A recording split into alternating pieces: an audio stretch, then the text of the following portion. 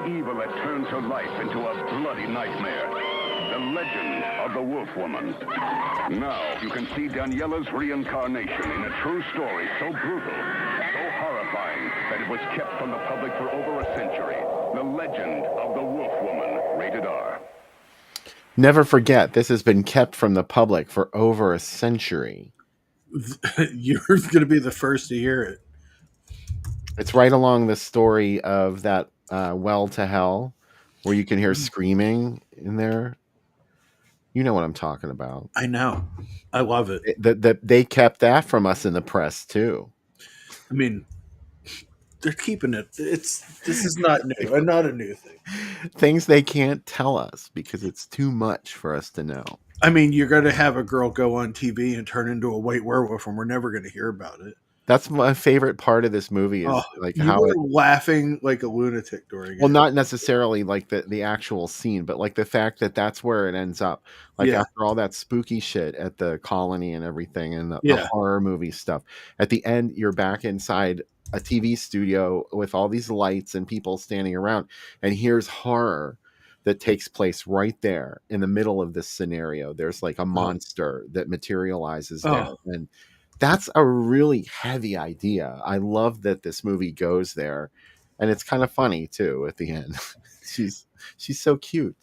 Oh, she is the cutest. Yeah, turns into a show dog. Yeah. Also, I love the entire look of this movie is amazing. The actors are sensational. The sound design is exquisite in this film. I don't know if you ever noticed this, but in the opening scene, it's like a grainy close up on a TV screen. TV monitors are flickering, which is like, a big inspiration for the look of our show. And you can hear little voices start to creep in. And some of it is actual dialogue in the film that we haven't. Oh, wow. I never noticed that. That's awesome. And you can hear like Dee Wallace going like, oh, she wakes up from the nightmare. And Terry, when she looks, she's like on the phone with Dennis Dugan and she's like, it's real. Like she's talking about that scenario that Eddie sketched in his sketchbook. And she's like, that location is real. It's here. So you can hear all that stuff. And then they mix in stuff that's actually happening. It's a report of one of Eddie's victims. And they're like editing this piece together. So you hear bits of audio from that. And then they fade in Patrick McNee over top of it, talking about his book, The Gift. The Gift. It's got that pop psychology critique that Invasion of the Body Snatchers had too. Do you think why has nobody made a copy of The Gift? I don't know. I want to read that book. Yeah. Okay. I mean, obviously, it's presumably not about lycanthropy, but what kind of book would a werewolf write about psychology? That's why I want to read it. I want to figure it out. I want to get in on that scene, man. Google AI is tripping, says Mike Justice, and describes the ending as the film ends with Karen returning to her job as a news reporter. A lookalike who is a werewolf herself. I want to see this. Now, this is an ending. I like that ending better. I didn't want her to die. Why did she have to die? I don't want her friend to die. Every time I watch it, I get sad when she dies. Terry. Oh, yeah. Poor Belinda Belasky. Joe Dante kills her in every movie that he puts. He's always like, she's my favorite actress. Mm-hmm. It's just like Argento tells his daughter, "You're my favorite daughter," and she's Fiore, not Aja. I was going to call her not Aja, but that's a horrible name for her. And I'm trying to be Facebook friends with her, so I got to get all the help I can get. But Fiore, he's like, Fiore, you're my favorite. I love you guys different. And that's what happens. And then he kills her off horribly. There should be a reality show about the Argentos. Oh my God. I'd watch the hell out of that. I would watch it every week on the week.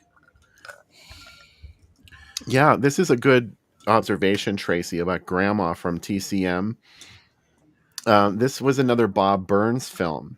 He was the set decorator on The Howling. And of course, he did Texas Chainsaw, Tourist Trap, and he Mongrel. That's the movie that he directed. I love Mongrel. The title.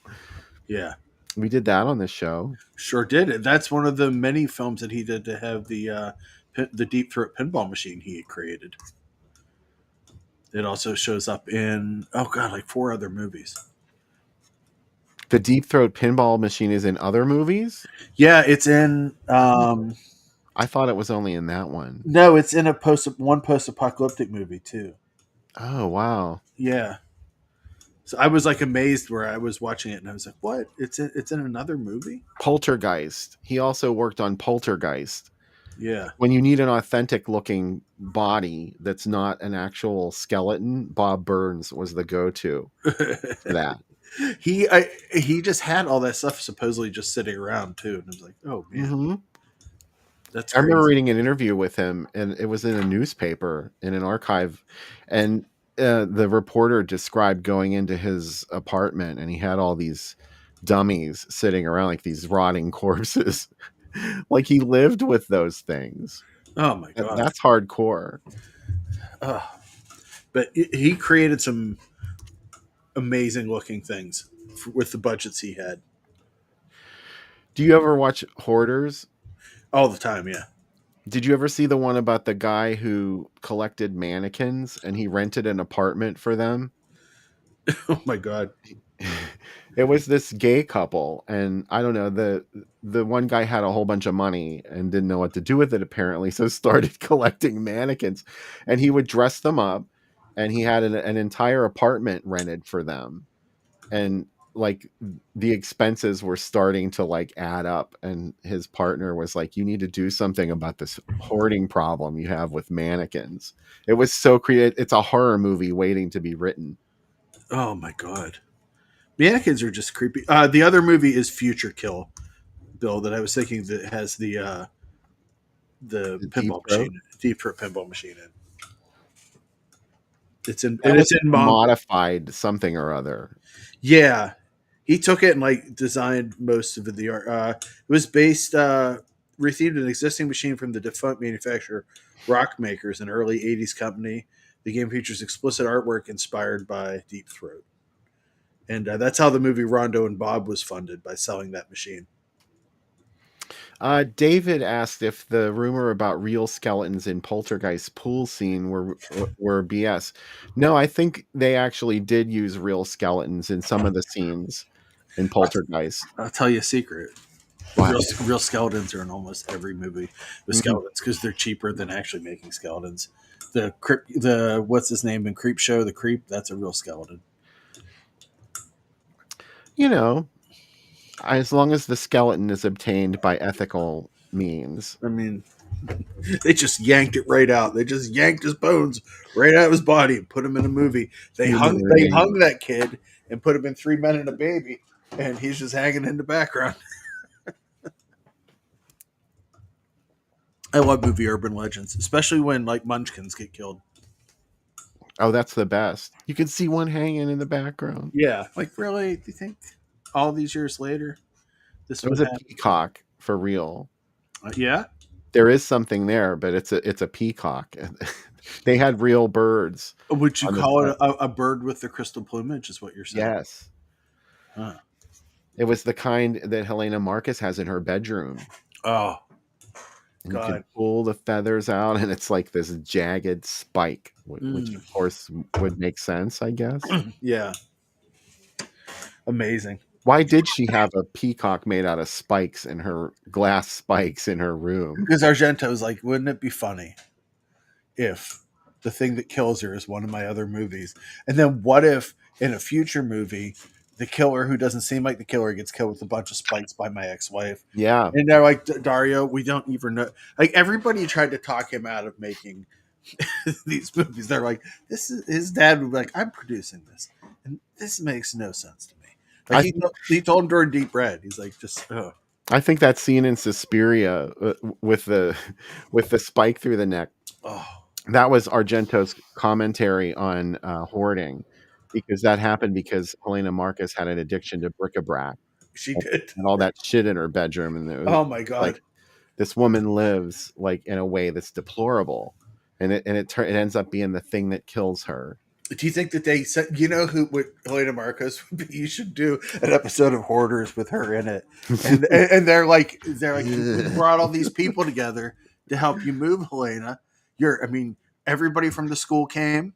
Bruno came, like, the blind guy came. He can't even see, and he came to help you. And she's like, I don't want She's anyone to help me. mean. And they're like, we have a keep pile, we have a throwaway pile, and we would donate the charity pile. And I noticed, Helena, you put nothing in here. What are you going to do with this bird with the crystal plumage? I suppose you're gonna throw away my peacock too. And they're like, why do you need that? Did you have it as a kid? Does it have a memory? Like, why do you don't? It doesn't even fit the room. We can throw away now. You sleep behind a curtain. And I love that. I love that she sleeps like that. You sleep behind a curtain. You don't even need a bed, and then you have this whole other room down in the bottom. You have an entire school, and Yeah. you've hoarded in this room. Helena, Mhm. what is wrong? You don't talk to your sisters anymore? Well, Your that other was sister in the shows up in the secret fucking hallway too, so she Oh. was like isolating herself in this Yeah. situation. She is. I'm so glad you brought this up. She's like, your other sister is loving her life. She just shows up in random Italian classrooms with her cat, Oh, and she's so pretty. and she's so pretty. She's the prettiest of all the. Yeah, we have to take the spoiled food out of the attic. Exactly. That's Oh why. yeah, Yeah. David's onto something too. Oh, or now is Phenomena also a commentary on it because the maggots come out of the attic, and it's just like it's too much. All these spaces are too much. I think it's an important socio commentary a subtext that we've never seen before in Suspiria. Are you saying It's contemporary because It's hoarding was not like a big phenomenon. It wasn't talked about back are then. you saying that it's elevated horror? Yes, Okay. A24 is going to make a movie about it. A24 presents Suspiria. It's a story of three girls who didn't get along with their parents and are now dealing with the trauma by becoming the women that rule society and they're like, Helena, you're a hoarder and you also have a horrible business plan. You keep bringing these schools. Oh, she did. Yeah, you keep bringing these American girls here, and you promise them that they get a free ride, and then you kill them. Like that should be the last thing you want to happen if you're Helena Marcus, because I don't know, like word gets around. Yeah. Not counting the fact that it burns down at the end of the movie, so her career is over. Well, she'll set up again somewhere else. She would, yeah. Yeah. But if you think about it, like more than one girl gets killed at the school. Yeah. It's like I worked in higher education advertising. Like the cost per student interest is really high, and like Yeah. and they're going to fly the whole way to the TANS Academy. And also, when you get there, you spend all your money to go there, and you get treated like shit. You can't even go in. You can't even go in. It's raining outside. She's like, "I'm the girl from America." They're like, "We don't know you." Yeah, like I wouldn't have taken that. I would have stood at that door and pounded there until somebody came and answered, and it probably would have been that minion, the hairy-handed thing. But I totally agree with Mike that I'd like to see a Suspiria Phenomena crossover, if only so that the two creepy children from both movies can meet and play together. They have like a play date set up where they get to play in that pool full of dead bodies. Daria could finally walk onto the Suspiria set because she wasn't in the movie. She was supposed to be, but it ended up not being her. So her character from Phenomena could walk into the TANS Academy and be like, I'm not supposed to be here. She could put up her shutters that go when she hits the button. She could install those in the TANS Academy. I mean, you gotta, right? I don't know. I really think Helena Marcus was way more vulnerable than she realized. Obviously, I completely agree. Now I see her. One American girl. I see her. She's like, you know what? Like, America destroyed the Italy that I loved, that I grew up in, or the Germany subtext, or the Germany. Yeah. This is you've really.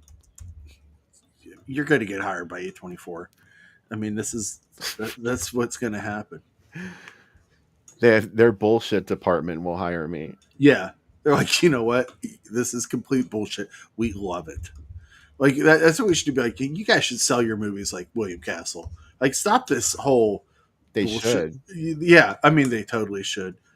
There needs to be another brand. Oh, Like there's that arty intellectual brand for them. And they need to they have need a their sleaze Hollywood brand. Pictures. What was the other one? Yeah, Independent International. Independent and like Dimension Pictures. Box Office International. Yeah, like it just they're like, and then finally people are like, I can't believe this is really A24, and like they're putting out these movies just with no values. Like, people are getting assaulted throughout the movies. Hey, speaking of Suspiria, 20th Century Fox changed their name when they put that on this. They didn't want to be associated with it. Yeah. What was it? International Classics or something. Yeah. Or did you just say that? Is that what No, you said? no. I didn't say no. I kind of got distracted by the chat and I was like, oh shit, the minute I opened my mouth, I thought we just talked about that. Anyways, I think this is the future of your career. Just like you could be in a think tank for these next level movies. You can remake all the Brown Rig movies. Oh, I don't know. Like, I'd like to come up with new movies that exist in that universe. Oh, I love that. Yeah. Maybe a Don't Look in the Basement prequel. Oh, that demonstrated who these people were. Before how they got there. Yeah. Oh, imagine if it was like a Tarantino thing where it would like cut to them. Do you know what I mean? They had like little episodes and they all kind of crossed over and then brought you. Oh, yeah. Yeah. Well, there could be a movie for each one of them. They could each have their own movie where at the end they end up in the Stevens Sanitarium. Oh, I love this. Get Joe Rude on the phone. This seems like very Call up J.H. Rude. Yeah, exactly. He's got a new movie he's working on, but it's not a horror movie. Yeah. He's branching out into other genres, which is respectable. Good for him. Oh, and speaking of movies, AC Nicholas is going to be hosting another screening of Effects. Yeah. Babylon Kino in South Carolina, Columbia. So, yeah. That's exciting. I'm not sure what the date is, AC Nicholas. Maybe you could get Chris Fisonic to comment in the chat. Yeah, he'll send an evil message to him through his brain. Somehow they know it's the way that Wonder Woman knows Diana Prince. Yeah, she makes references to her relationship with Wonder Woman all the time on the show. I like to think of AC Nicholas as if my life is a Jess Franco movie. He's my like continuing Colagrastro. You know what I mean? Like how there's always like the same villains in Jess Franco movies. Yeah. And like he keeps stealing diamonds from me. It's this next Saturday at 9:30. Yeah. That's when it is. Yeah, he's my Howard Vernon. That's a good call. I don't know where I fit into that. I don't know what Jess Franco actor. I guess I'm Antonia Mayans in this situation. Or am I Jess? It's hard to say sometimes. I have cherry vodka. Oh, you're starting. Good. I'm going to have a little something. It has to be something candy flavored vodka because I have Faygo pop that I'm going to mix with it. Cherry Faygo? No. Oh. It's this special kind. Firework. Oh, I was going to ask if you had tried the firework. Oh, I love it. Baby, you're a firework. What's it taste like? Like a bomb pop kind of thing? Yeah. Yeah. I can't really place it. It really does taste like a bomb pop. It's probably blue raspberry or something. Oh, man. I'm drinking Turner's iced tea, of course. And a zombie dust. This is in the vague hopes that Three Floyds will sponsor our show. I mean, they do make horror movie themed beers. It seems.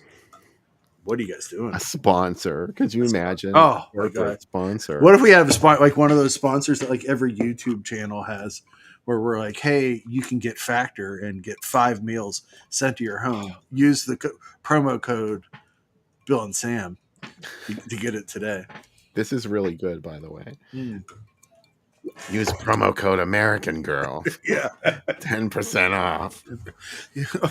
Who would even like Adam and Eve wants you to you can get a free kit for lovers if you use the promo code Pazuzu.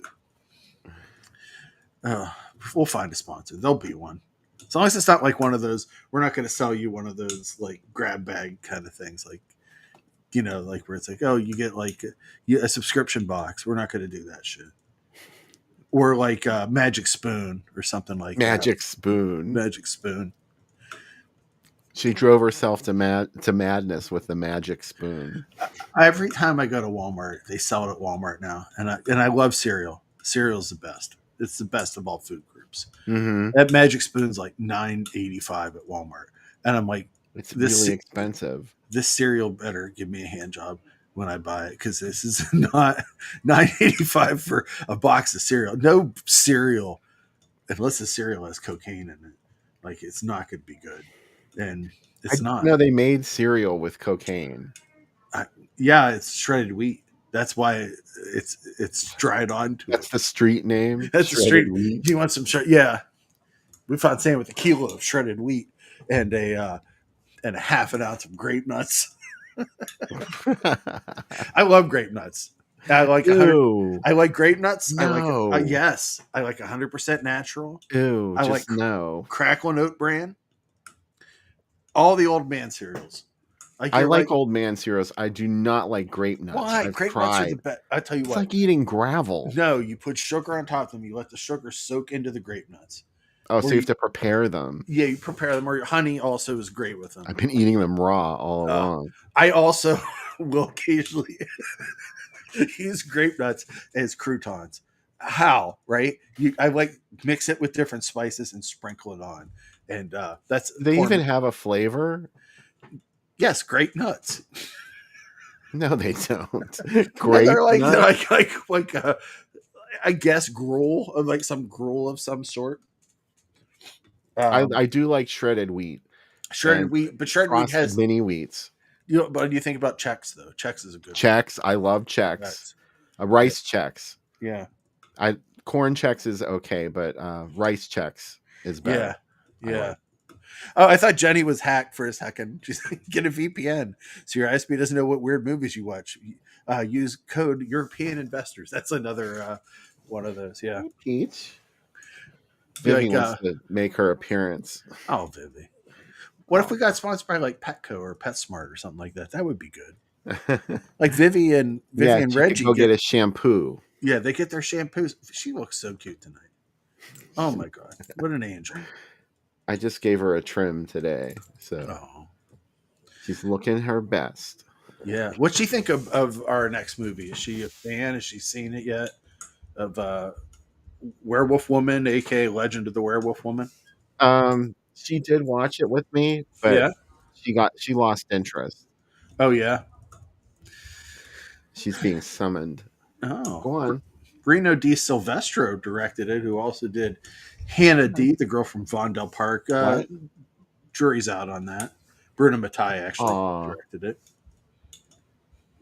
I guess Vivi's not feeling good. Oh, Vivi.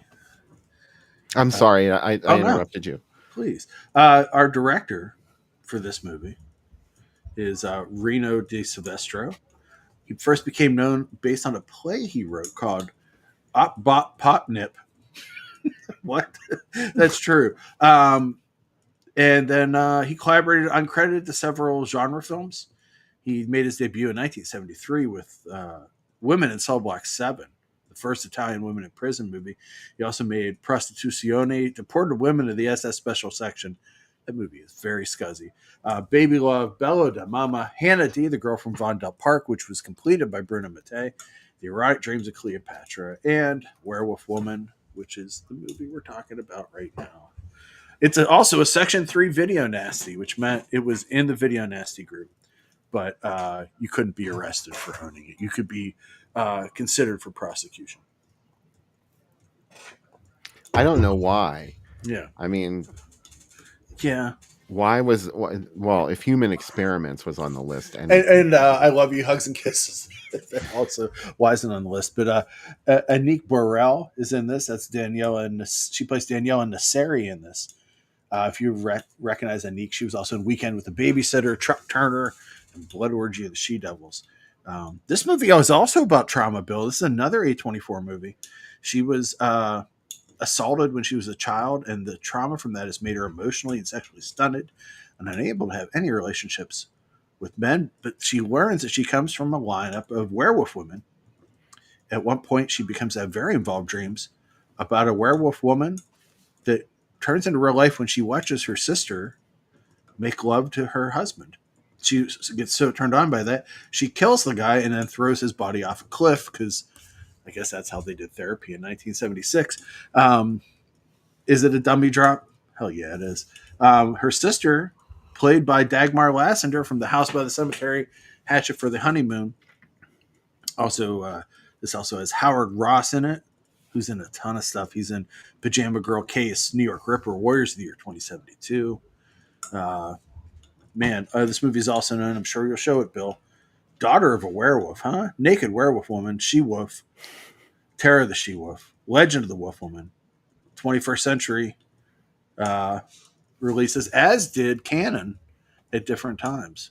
So I'm sure I've spoiled a few of the things you're going to show, but I'm very excited to see the ads. No, actually, I don't have any ads for any of those Ooh. titles that you mentioned, other than Werewolf Woman. How about This Is a True Story? What? Oh yeah, so brutal and horrifying. It was kept from the public for over a century. I also like that Family Plot is the B feature on this. Is this? Did they call That's Hitchcock? weird. They called Hitchcock and asked him, and he said, "Frankly, I'm worried about that Argento boy." And they're like, "We want to talk to you about being the B feature for Legend of the Wolf Woman." He's like, "That's all I'll tell you."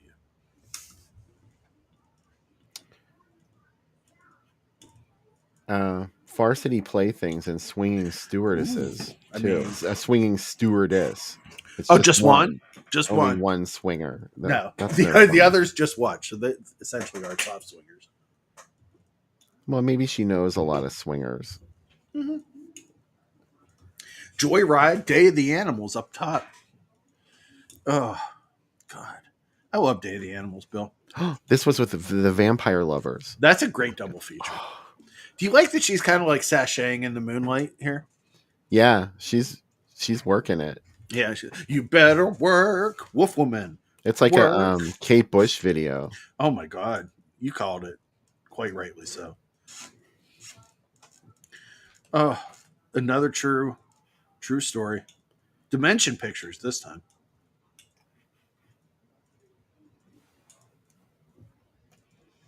Yeah, this was you said Canon, I think earlier, but Dimension Pictures put it out originally. It was in 1977 that it played the States. And I think the original date is 76. But that must have been the European theatrical run, of which I have no record. I don't have any access to archives that are overseas. But if you're looking for this on Tubi, it is under Werewolf Woman, by the way. Oh yeah. You can enter Legend of the Wolf Woman though, and it should come up. This is like a double mint gum ad here for Ruby and Wolf Woman. 2 for the slice of 1. Extra flavor, less an extra long time. Double extra your flavor for that extra long climb. Oh. Extra long time. There's a commercial we need to watch soon. Yep. Also, if I start to sing the Get Your Skis Shined Up Juicy Fruit song, it's all over. Like, it won't stop. Like, that song is insidious. The taste is gonna move you. Grab a stick, pull it out. Like, the taste is gonna move you when you pop it in your mouth. That song's all sex. How about Tomcats, which is not the title? Tomcats is something else. Because it was like, if only I had written about it before. I'm looking that up. I love the art for Tomcats, by the way. It's a little suggestive. Yeah, Canon put that out too, so this might be a Canon double feature here. This was the Pittsburgh ad, by the way. hmm. It's too small to actually see the. Avenged is the other title. This was released by Dimension in 1977, then bought by 21st Century, who licensed the Continental Video under the title Avenged. It was also released as Getting Even and Deadbeat. Getting Even. Yeah, Wow. So yeah, this was all on video, all of these titles, it sounds like. yeah. The tagline for the video was "They raped and murdered his sister. He couldn't sleep until she was avenged." That would be really weird to rent that movie, never expecting that she's going to, well, whatever happens to her. And it's in this movie. directed by Harry Kerwin, the brother of William Kerwin from a lot of the Herschel Gordon Lewis movies. He also made Barracuda, Cheering Section, God's Bloody Acre, It's a Revolution, Mother, Sweet Bird of Aquarius. Barracuda. Barracuda! This wolf woman's work. Line of the night. Tracy.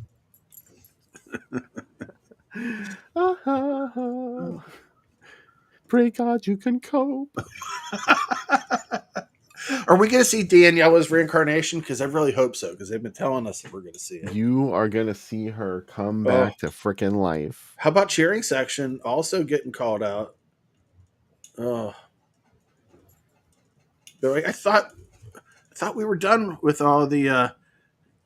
Becca said She Wolf by Shakira is another good song. Shakira. Shakira. Becca does a really good Shakira, by the way. So if you ever see her in person, just be like, hey, can you do your Shakira impression? It's really funny. This is a Canon feature, Bill, because Cheering Section was also a Canon movie, and it's another Harry Kerwin movie. Same director. It's a pre-Porky's teen sex comedy. 21st Century had previously released it with Dr. Minx. It's a double feature. Pre-Porky's. I hear that gets cut a lot. Yeah. Pre-Porky's. The Devil's Wedding Night is really weird to see in the middle of all of these. Also, isn't it? It would have been a bit older by this point, right? It was like 73. Couple of years. That was 73. It was still making the rounds. That was one of those movies that never went away, like The Devil's Nightmare. Yeah. And Assault, aka In the Devil's Garden. Speaking of Joe D'Amato, he shot the scene in Devil's Wedding Night where she kind of comes out covered in blood. That's a little Joe there. I love The Redeemer, by the way. Speaking of our friend Joe Rudd, that's a movie that freaks him out. Yeah, you should do it on the show with us, and he was like, "No." He did do it on the show. I know, but it took a lot. Him into it. It took a lot to talk him into it. He finally confronted his terror of the Redeemer, and I think he was okay. It's a good movie. Oh, look at this single fighter. Oh my god! I love that. A wild abandon of a demon possessed. Oh my god! I'm gonna say a line. This is my new catchphrase. If you get this, you're perfect. That looks like Eric Stanton drew it. That's probably only AC Nicholas got it. I also sent Bill a picture of a new G.I. Joe figure today, and I said, "Here's my Tom of Finland, G.I. Joe." G.I. Joe. Leather Daddy G.I. Joe. Yeah, that's what Becca said. She goes, "Why didn't you buy a Leather Daddy G.I. Joe?" And I'm like, "Oh, it is, huh?" He looked like he worked for Manuel Noriega. He really did. I like her kicking single fighter. Like, that's such a, she kicked him so hard she lifted him off the ground. Yeah, that execution takes skill. Right? Oh, she looks like she's coming straight out of a Jack track too. She's like, ha ha ha. Honestly, she looks like she's not going to recover from that. Like she's going to fall over backwards. Well, she has heels on too. So how do you land that kick? Well, she drove her heel right into his throat. So it's never coming. That's like the single weight female kick. The single fighter came out in 1974, also known as Dushan Long Tan. A Chinese martial artist specialist is chosen to search for traitors who aided the Japanese in the Second World War. Yeah. Doesn't sound as fun as that picture, does it? Well, if she doesn't bury her high heel in some guy's throat, I'm gonna be pissed. Yeah. Oh, Kingdom of the Spiders. Mm-hmm. Oh my god. Wrap your head around that one. Yeah. How about Benson and Hedges are like, hey, for $1, admission is 100 cents at the Town and Country. Benson and Hedges. Weren't they the ones that had those cigarette ads where the cigarette was broken in the Yeah. middle? Yeah. I was like pissed about that. I was like, you can't smoke a cigarette like that. Even I knew that. Oh my god. You know what's amazing here? The Jaws ad talks shit on Orca. Do you feel the summer's action films have lost their bite? Did you think The Deep wasn't?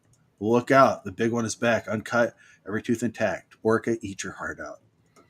That's a double shit. Fair. That is a double shit talking ad.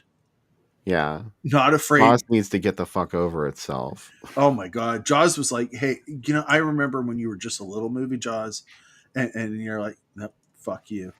Oh, the Bijou has a great logo, and they're playing A Star Is Born and Bananas. And oh, look, Punk Rock is playing. That's an adult movie re-edited. I watched that one too. It's on Tubi. Yeah. Carter Stevens. The music is interesting. Mm-hmm. I'm not sure it's punk rock, but whatever. It's like Chipmunk Punk.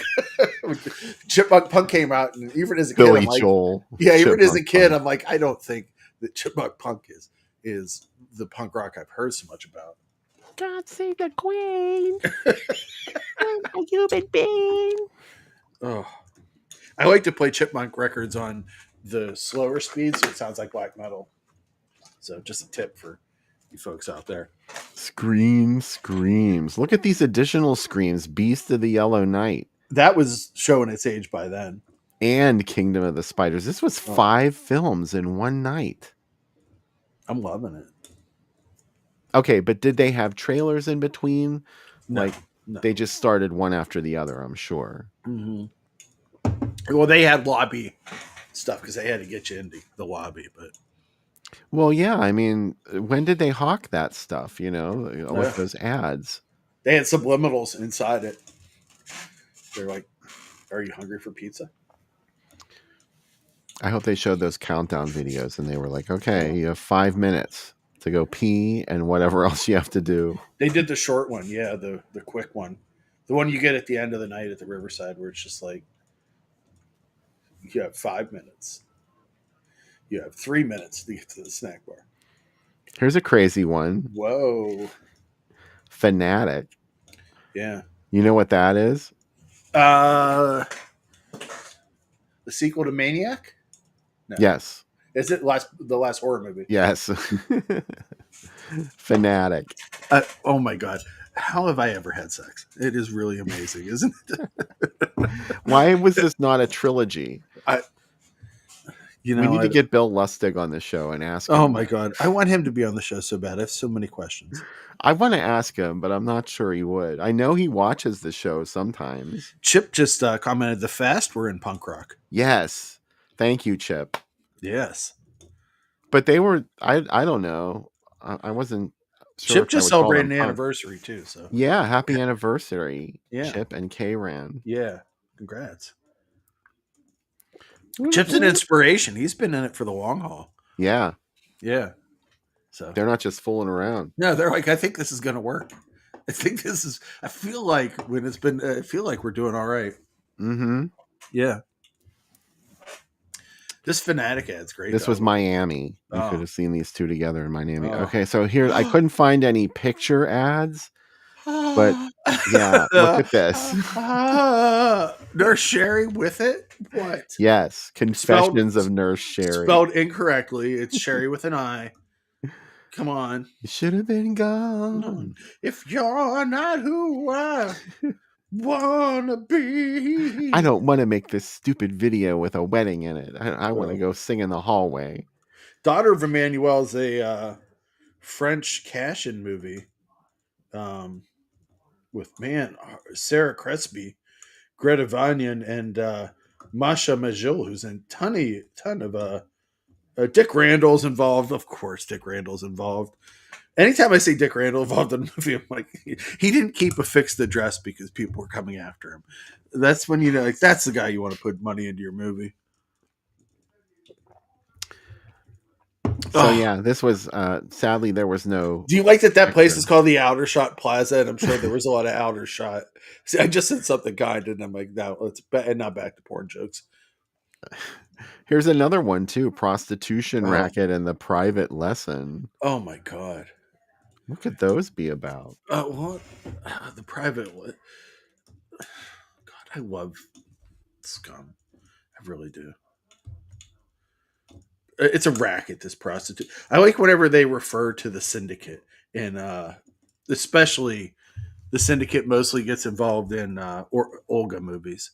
Like she's like, she's like, I'm going to turn these girls over to the syndicate, and you're like, oh, that's because they didn't want to say mafia because there is no mafia. One and two, if there was, they would get upset about it. I love when Olga gets real mean and she's like, I'm going to touch this red hot poker to your bare breast. Mm-hmm. And she does, and it's like lipstick. There's no injury there at all. It's just like lipstick. And also there's always like a nice moment for Olga in every movie where she's like, I'm so tired of breaking girls' faces and burning them. I have a lesbian lover. And you're like, and the voiceover is like, this is the worst kink of all. And you're like, no, like this is the only tender moment she has the whole movie. Like she just burned someone alive, and you're like, no, this is the worst thing that she can do. And like, are we to like, let's not put morality at Olga into your movies. She really had a questionable relationship, but I mean, I don't know how you could be in a relationship with somebody that mutilates people. They try to do this in the Ilsa movie, Super Ilsa. It's always like, you're my favorite girl.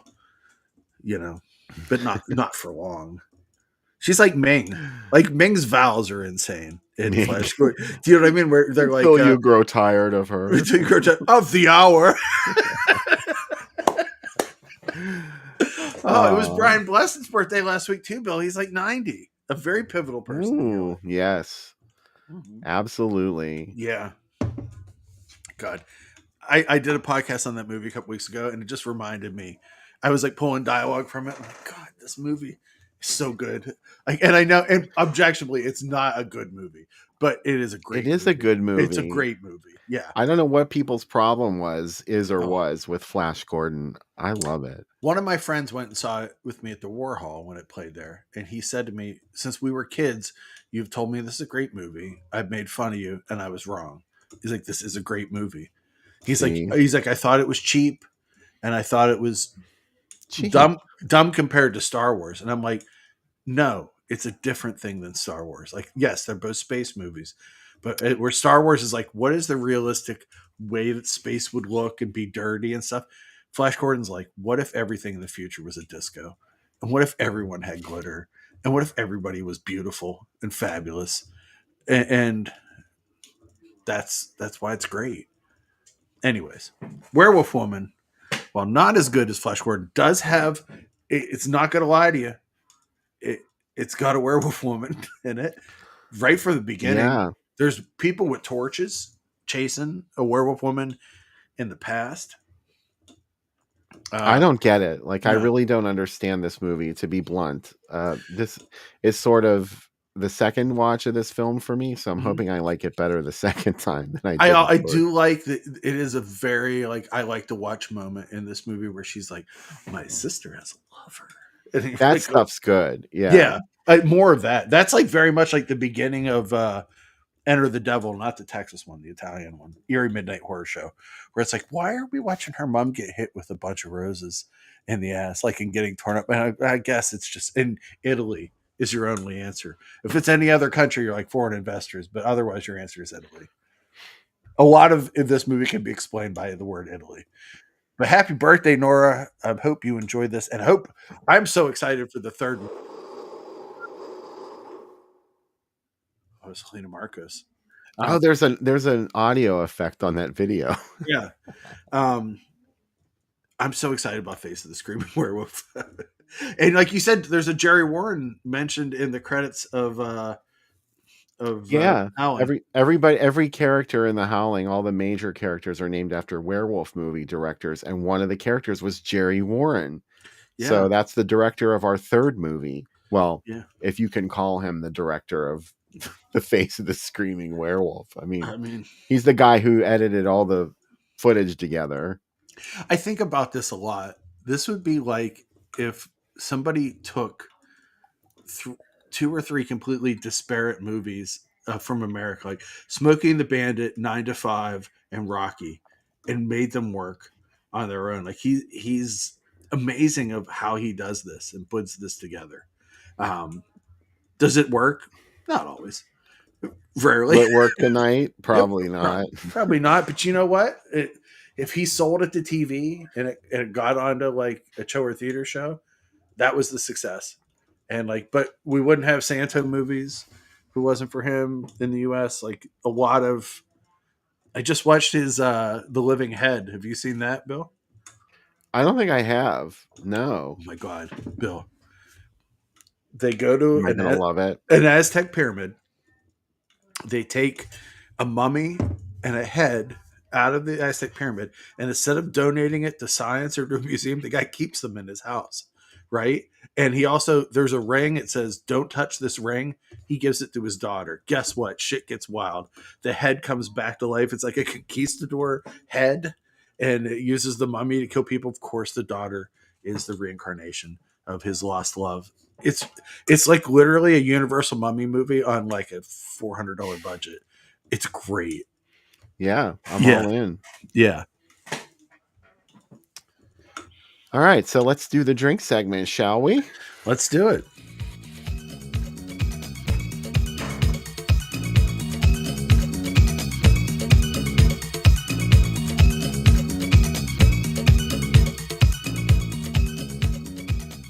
Everybody's heading for Woolworth and Woolco to get set for Halloween. There's costumes of TV favorites like Wonder Woman and the Hulk.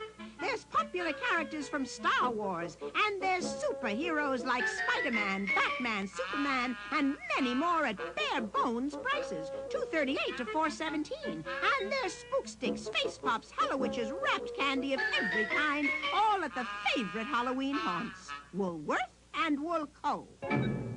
From the master of suspense, Stephen King, comes a tale you'll never forget. Silver Bullet, Halloween night at 8 on Movie 32. It's the curse. Cast a spell. I only meant a little mischief. I didn't mean to kill anything. Cast a shadow. Really would be funny if he was a witch. Cast out. The power in me is too strong. Voodoo. Magic. It is contaminated with evil. Magic that works. Only if you believe it. Tales from the Dark Side. 10 o'clock on Denver's Television 2, Saturday. 23. He's about to do some terrible things. But don't blame David. He just isn't himself these days. I'm a werewolf. From the director of Animal House, a different kind of animal. An American Werewolf in London. Rated R. Starts Friday at a theater near you.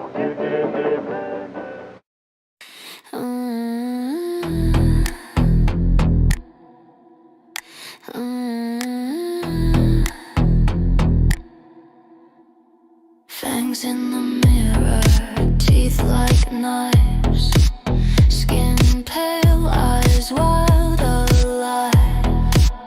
A story whispered in the dark, my blood, her curse.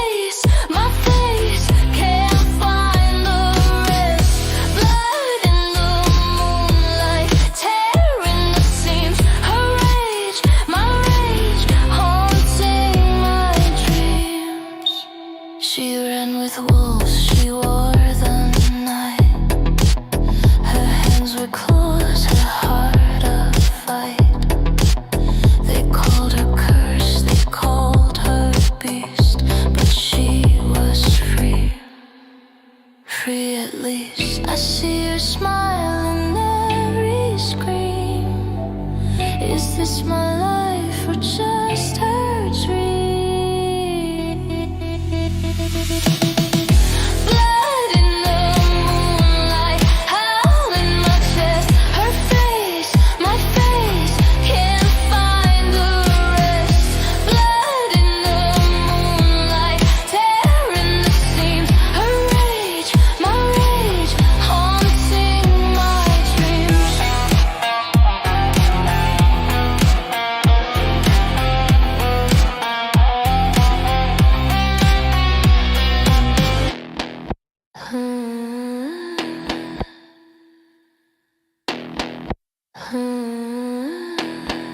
A lot of people say, how big is Reggie? About the size of a bottle of booze. Yeah. A little bit longer. A little bit longer. Where do you stack up when it comes to a bottle? Half the size of a height, half the height of a bottle. No? Oh, that smells good. Oh, the orange juice. Look at that hair. Yeah. Look at those ears. He's here for a second werewolf drink. That wingspan.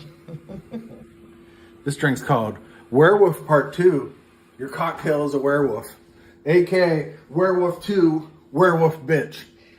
Sturba, Werewolf Bitch. What's it got in it, Werewolf Bitch? 2 ounces of vodka, ounce of pineapple juice, ounce of orange juice. Goes bad today, but today's still good. Half an ounce of lime juice masquerading as lemon juice. Half an ounce blue curacao, which will be poured out at the end. How do we do it? Step 1, we can have lots of fun. Step 2, there's so much we can do. We pour these together, right? Then... Well, they're pee-pee drinks. No, not for long. Oh. No, I'm going to pee all over this drink. Then the werewolf gets sick and it turns green. No, werewolf. This is where it gets crazy. Oh. When we layer on a little bit of blue. Ooh, werewolf, what are you thinking? A werewolf. This is an Italian werewolf movie. It's the 3rd movie, Mexican by way of American werewolf movie. It's truly multicultural. He's Mexican by way of He's werewolf. Mexican, yeah. Hola, mi amo es Regita Monjai. Pazuzu. Pazuzu es muy guapo.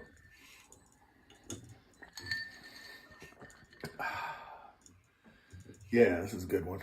Come to the softer side of Sears with this one. Beautiful Werewolf Part 2. Your cocktail's a werewolf. Ask for it. Now out from Shout Factory. Enjoy. Let's go watch the second movie. To the softer side of Sears. Oh, long may it. It's gone. It's over, Johnny. It's gone forever. Yeah. Sad, isn't it? It is. A I was little. thinking about the other day. I mean, there's like one Kmart left in the world. And that's it. That's all you get. Why did everything change? Where's James Way? Anyway. That's what happens. Frank is right. Star Wars is, of course, a long time ago and far, far away. But I get it. Yeah. I mean, it looks so ancient. Yeah. Such is life. It looked so ancient that George Lucas had to go back and fix it up. Fix it up. Can we... Jabba the Hutt's not a fat guy. He's a green slug-like creature. Right. Like what would we do if they hadn't changed this? So, also, I saw Star Wars before it was Part 4, right? Now it's like, oh, it's Part 4. No, it's not. Let's not make these assumptions. Anyway, I'm very excited for this movie. I'm hoping that Bill likes it more than he did before. Let us know in the chat if you've seen this before. As we get into our werewolf triple feature, we're not even halfway through at this point. I know. You know, we're going to have a 4th segment tonight. I know. Can you imagine how fucked up I'm going to be for the 4th segment? Oh. I mean, come on. I'm going to try. Tubi just said to me, "Would you like to watch The Howling too?" I'm like, yeah, I would. Thank you Oh, for I'd love to. I'd love to. I would love to. Um, yeah. There also, would you like to watch Howling 4, 5, Warlock? Yeah, all these. Sure. What else you got, Tubby? Oh, now it's telling me I should watch Werewolf Woman. Of course. That's what we're gonna do. I was wondering where Nora was. She didn't comment, so I thought maybe she was lurking. She came in for a second and said hello, said hi, and that she was watching another movie. Oh, what? Yeah, I know. My movie just ended. She said she was watching another movie? Frank said he's going to save his Lone Ranger question for the last segment. Interesting. Didn't she want Werewolf Woman? Who can say? Who can say? Well, I hope she watches it with us. I mean, I hope so, because she can't hate a movie that she wanted to see. I did not put the links on Groovy Doom. I guess I should have, but they're all on Tubi. Yeah, it's on Tubi. So just go on Tubi and type the title of the movie. You'll see it. Werewolf Woman, a.k.a. Legend of the Wolf Woman. I'm pretty sure you can type either title. I think I did. Werewolf Woman. Werewolf Woman, you're my woman. Is that like a Doorsy kind of thing? Got my werewolf rising. You're gonna keep on rising. I listened, Reggie and I listened to the Soft Parade today too, and Reggie's like, I don't like this. Get out, really? He's like, I don't like this. Weird scenes inside the gold mine. Yeah, he's more into. He doesn't like. I think we're trying to figure out what kind of music he likes. Because Cubby liked house music a lot. Like he liked like Black Box and like that kind of stuff. Like Jock Jamsy kind of 90s, like CNC Music Factory, that kind of shit he'd love. And he likes Sade a lot too. We're still learning what Reggie likes. If anyone else out there knows what music their dog likes, you're crazy like me, but this can happen. Like, what's Vivi listen to? She doesn't seem to react to anything. Mm-hmm. The only thing she gets excited about is when we're watching TV and there's something with a dog in it. Oh, yeah. You told me that, then you say that dog's talking shit on her. Yeah, we get her all excited about it. We're like, look, Vivi. She starts barking at the TV. Speaking of bark at things, the girl in this movie looks just like Ozzy and Bark at the Moon. It's a very... Yeah. Oh, that's a good call. Yeah. I was so afraid of that video when I was young. I was like 10 when it came out. And I was like, oh, this is terrifying. Like, what? This is so satanic. And I'm like, then I got older. I was like, no. Look at that. Chris's animals like operatic metal. Exciting. Wally likes jazz. Of course he does. And Anita Baker. That sounds pretty good. He's a cool cat. He's a cool cat. Elvis and Wally would be really good friends. They look very similar. Andy the cat likes stoner metal. I do know that. We would listen to Sleep a lot together. We did a thing at work this week, but where everybody, the last day of our conference, this was my idea. Everybody had to wear their favorite band shirt. Which one did you wear? I wore my Sleep shirt with the Sleepy Time Bear on it, because that was like the least satanic shirt that I have. I was like, probably shouldn't wear any black metal bands or anything like that. People know me by now, though, so I could wear whatever I wanted, I guess. Vince, what did you say to them that they hated? Now I want to know. Yeah.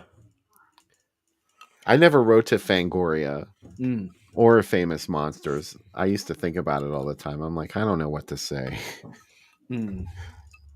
I got a letter printed in One Image comic once. But that's it. I can't think of anything else I ever wrote to. But you never got published? No. I wasn't. I wanted to. I was always like, I should write to G.I. Joe and tell them stuff. But it would just be like, oh, I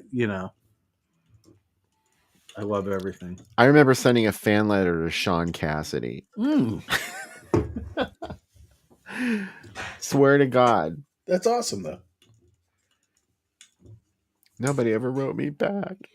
I used to call talk shows a lot. When Larry King had his radio talk show, I used to call that a lot and want to talk to people. That's not true.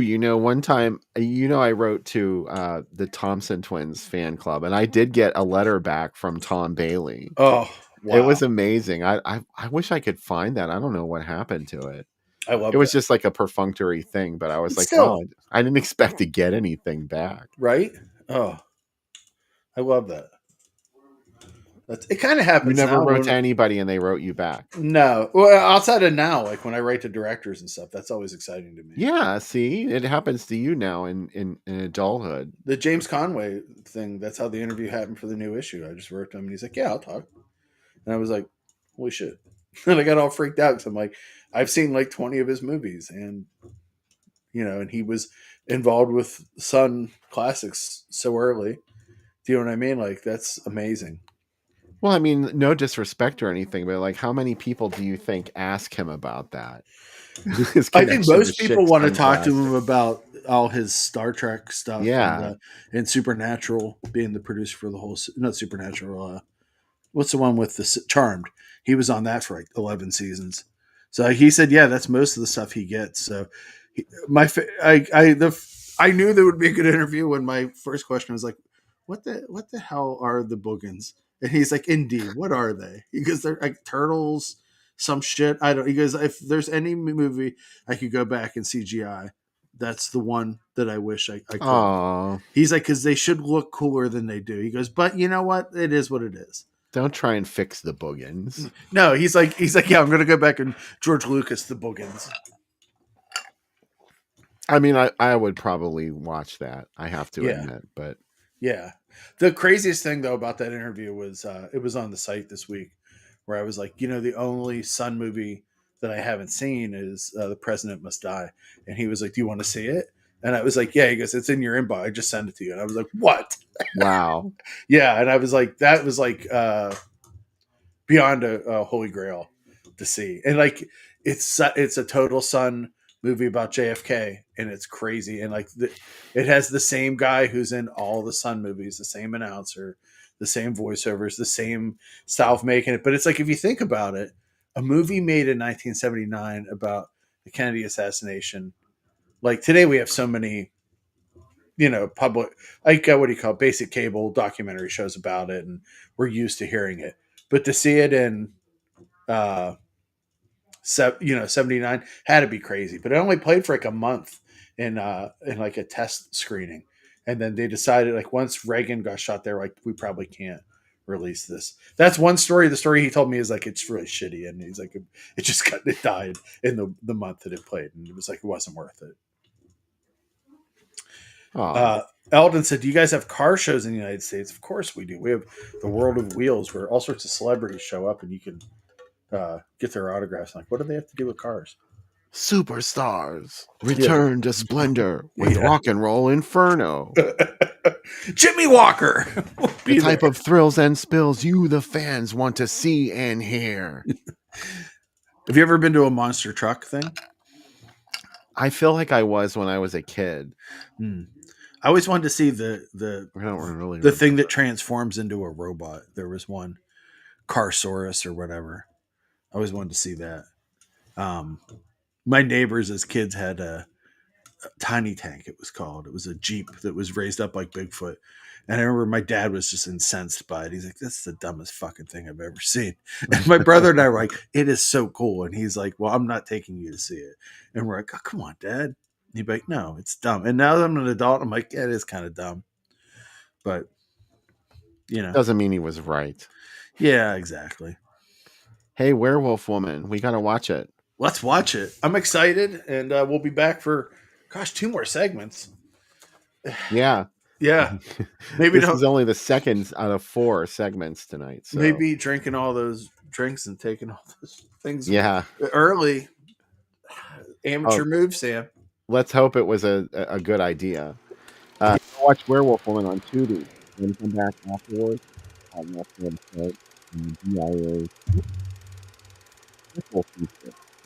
Only tonight.